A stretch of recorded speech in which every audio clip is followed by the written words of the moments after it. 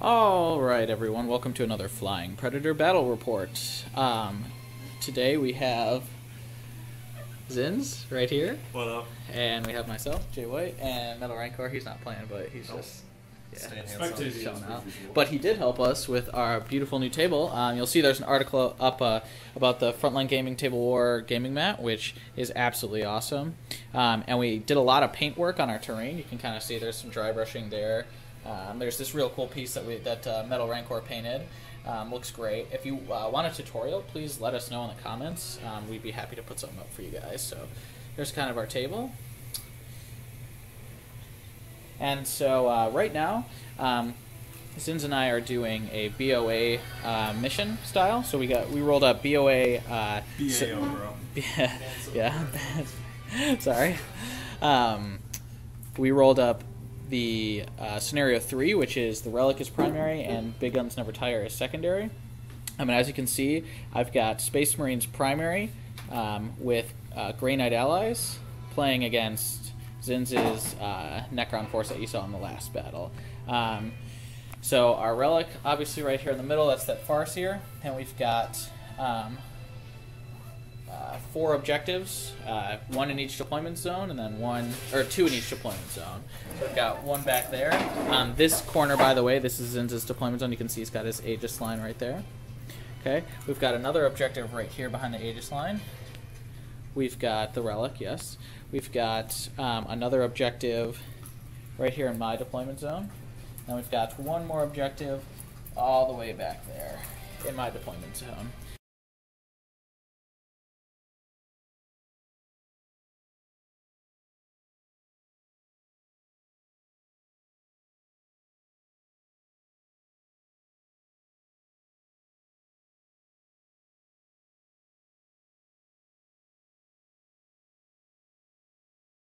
Through our armies. So, Zins, go ahead. Alright, so I'm playing the same thing I played last time, which is 20 Warrior Blob, 19 Warrior Blob. I got Nemesis Andrek leading these ones, my Warlord as per usual. Then I got a D-Lord who I was able to work with the points a little bit on. He's got a War Scythe, he's got Mindshackle Scarabs, Subterminal Weave, and Resorb. Then I've got 10 Tesla Immortals over here, and a Night Scythe. Got 10 Death Marks and a Night Scythe. They also have a Despair Cryptek, and then 3 Annihilation Barges. And as you saw on the table, I got my Aegis line with the comms relay. Okay, so I'm pretty new to Space Marines, doing a little bit of proxying. Apologize for that, but I've got, as my primary Space Marine force, I've got Khan, a Chapter Master with all the goodies, Shield Eternal, Bike, lots of stuff like that. And they're riding with a command squad that's got Storm Shields and Grab Guns, and there's a Melt Bomb in there, then there's a Thunder Hammer in there as well. What's this? That's a Corn Dog that is currently playing the role of a Space Marine bike. Was it Rancor? Thank you. Hound? Yeah. Anyways, I've got 2 identical squads of 5 Space Marines each with a Melty Gun inside Rhinos. And then I've got a Stalker, basic Stalker, and then my Grey Knight, that's my primary for my Space Marines. Then I've got Grey Knights, so I've got Cotiez. He's got a squad of 10 Terminators with Cybolt ammo. I got 2 Psy Cannons in there and then some different weapons. And then I also brought a Dread Knight with a Personal Teleporter, Heavy Incinerator. And I also took an Inquisitorial detachment to take an Inquisitor with 3 Servo Skulls and the, where's that book thing? The Liber Hereticus? I don't even know. The thing that lets me give out special rules. So yeah, that's my army. Kind of excited because in Big Guns Never Tire, my Dread Knight is scoring, my Stalker is also scoring. Cody does have 3 Annihilation Barges which are scoring, so that kind of evens it up. But yeah, it should be real interesting. And we'll go ahead and deploy, and we'll get back to you right after that.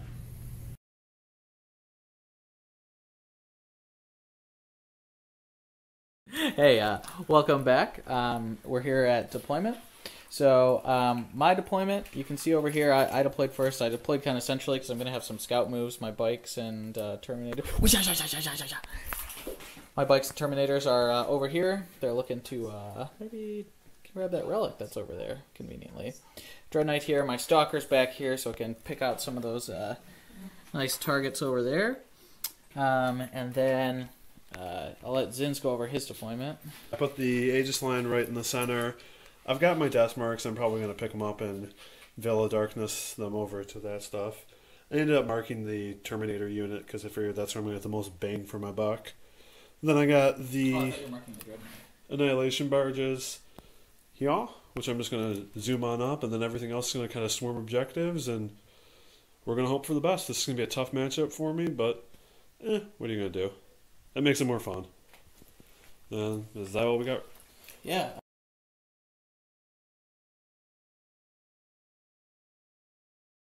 Welcome back to the bottom of turn 1 of our battle report.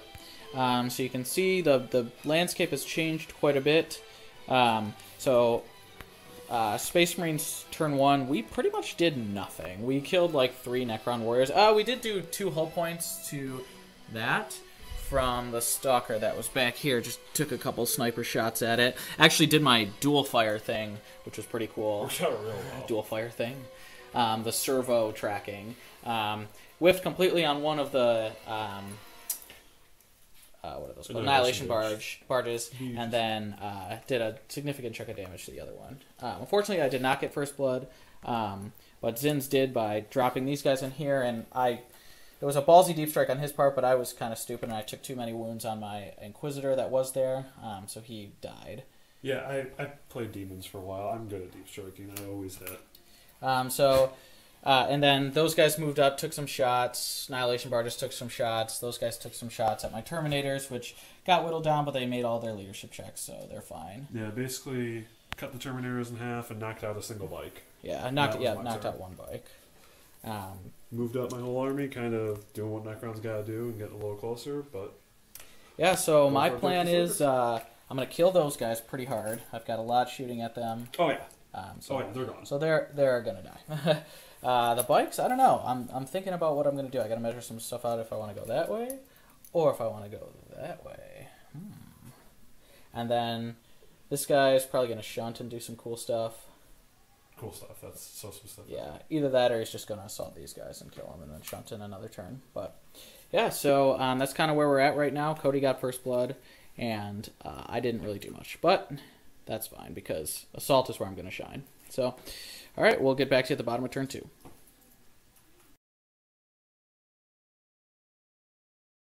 The bottom of turn 2. Here with Space Marines and Grey Knights versus Necrons. Zins, I'm going to go ahead and let you talk about... Actually, I'll talk about mine first since I went first. So I actually did a lot of damage on my turn. So I charged my bikes into this Necron warrior squad that was there, overran them, and then Xandrek stood back up and ran away. So he's got that 1 wound left. I shot... What else did I shoot? I shot my Stalker at the... Annihilation Barges, doing absolutely nothing.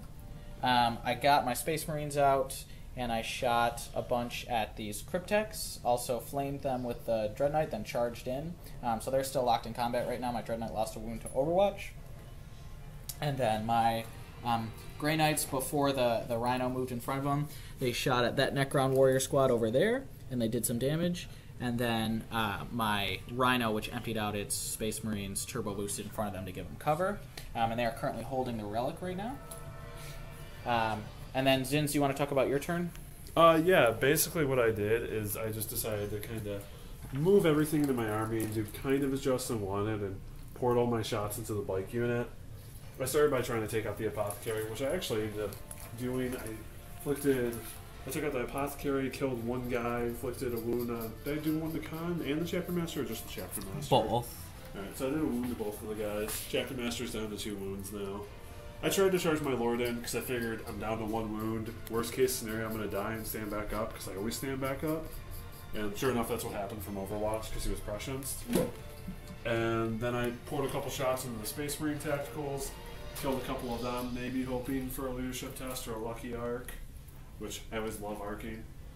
And I also used my Warrior Blob over there to shoot at the Rhino, hoping to blow it up, not realizing it's really hard to blow something up on glances. So unfortunately that didn't happen. The joke is, it's impossible. Yeah, so on top of that, I also only did 1 hull point, so yay! But other than that, you know, I got Xandrek scoring an objective right now. He's scoring? He doesn't score. He just seems to be feel no pain from an objective. Because of his Warlord trait. Yeah, and just kind of see what happens next turn and playing it from there. Alright, so we'll get back to you guys at the bottom of turn 3. Actually, before the end of the turn, we forgot to finish off the combat with the Dread Knight. So he actually wipes out those 1 Cryptek and 2 Death Marks. So he's ready to... He's still got his Shunt left, so he's probably going to fly over there and roast some 4-up armor saves. Alright, see you at the bottom of turn 3.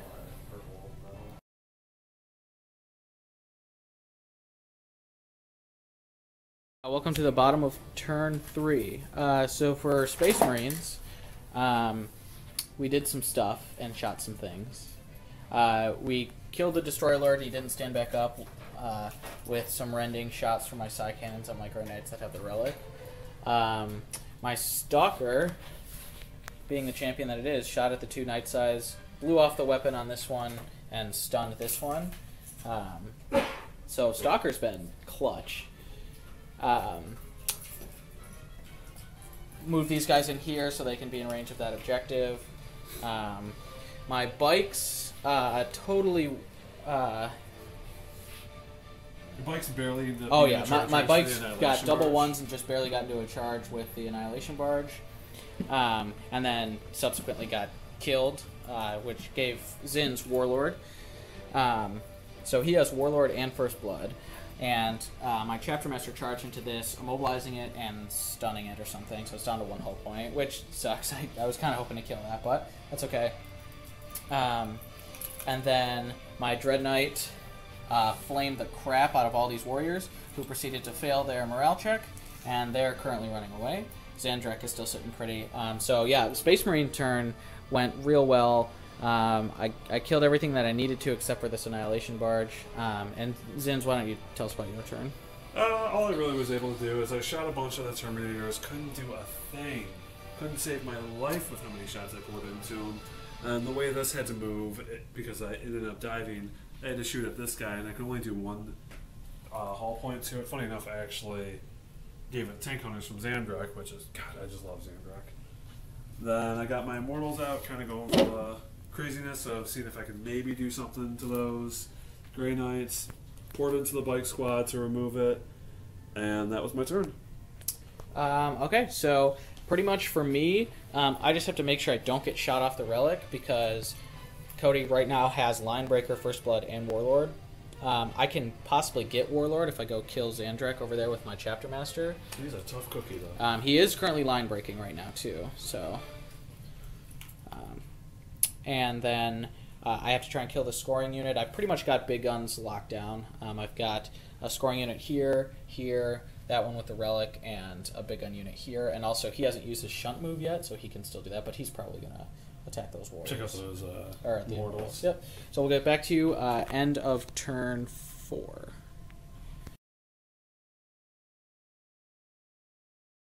That's it. We called it at the bottom of turn 4 to Space Marine Grey Knight victory. So on my turn, I just pretty much turned everything I had and shot those Immortals that were right there. Interesting to note, my Terminators had the Relic, and I rolled a 4 to see if they would charge. I decided not to charge after we... after I pointed out that they would have to drop the Relic.